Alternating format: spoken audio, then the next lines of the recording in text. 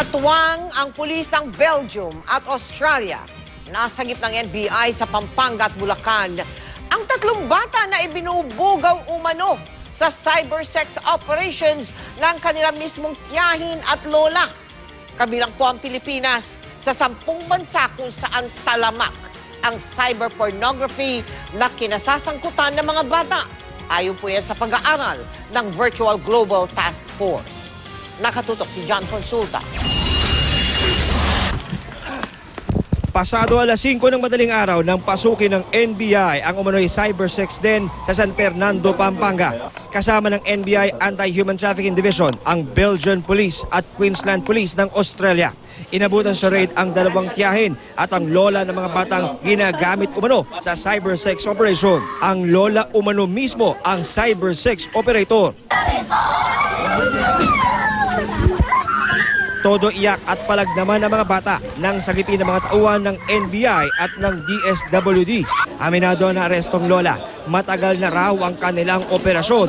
Kadalasan daw ay may kakaiba at nakakabaliktad sikmurang hiling ang mga banyagang kliyente kapalit ng dolyar. Basta makikita lang nila na yung kunwari naliligo, ganyan.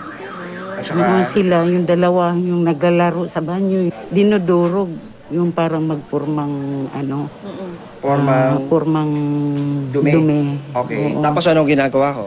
Yung kinakain. Kunwari. Kinakain ng apo ninyo. Kunwari.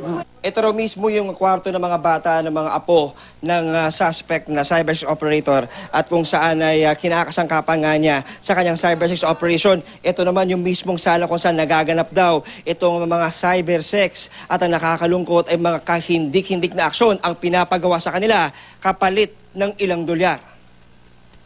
Ayon sa NBI, hinihikayat pa umano ng lola ang mga kliyenteng dayuhan para abusuhin ang mga bata sa hotel at sa kanilang mismong bahay.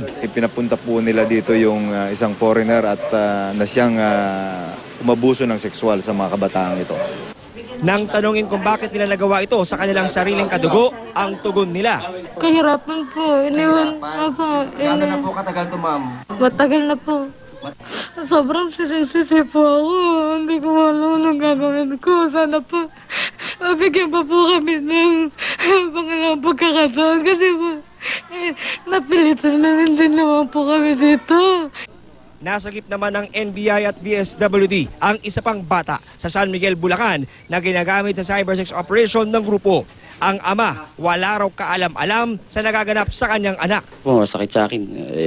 Maalaman kung gano'n ang hindi ko po alam na pag umuwi pa ng Pampanga, gano'n. Sasa ilalim sa debriefing, psychological therapy at social intervention ng mga bata. Ang kanilang tiyahin at lola. Nandyan yung violation ng Republic Act 9208, yung Anti-Human Trafficking Act natin as amended, ang Child Abuse Law at Statutory Rape. Several counts ito lahat. Mula sa San Fernando, Pampanga, John Consulta, nakatutok 24 oras.